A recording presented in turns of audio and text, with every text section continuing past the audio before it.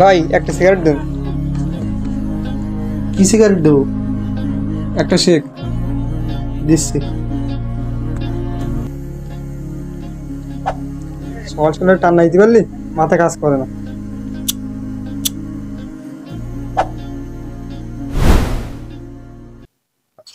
তুই শেষ মতো সিগারেট খাওয়া শুরু করছিস?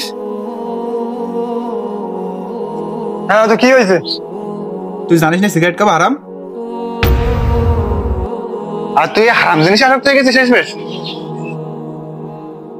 অত হালাল আরাম দেখলে চলে না, সমাজ চলতে গেলে ওইরকম দুই একজন খাতি হয়।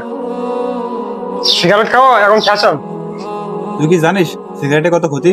এতে 7,000-এরও বেশি ক্ষতিকর কেমিক্যাল রয়েছে, আর 70টারও বেশি ক্যান্সার উপাদান রয়েছে। দূর আইসে জ্ঞান দিতে। তুই এত শখের বসে সিগারেট খাচ্ছিস, কিন্তু না জানলে তোর ভিতরে অনেক ক্ষতি হয়ে যাচ্ছে। ধীরে ধীরে এটা তোকে মৃত্যুর দিকে নিয়ে যাচ্ছে। এটা কি তুই বুঝতে পারছিস? আমি কি তোর বাবাটাই খাচ্ছি? ক্ষতি আমার তোর তো হচ্ছে না।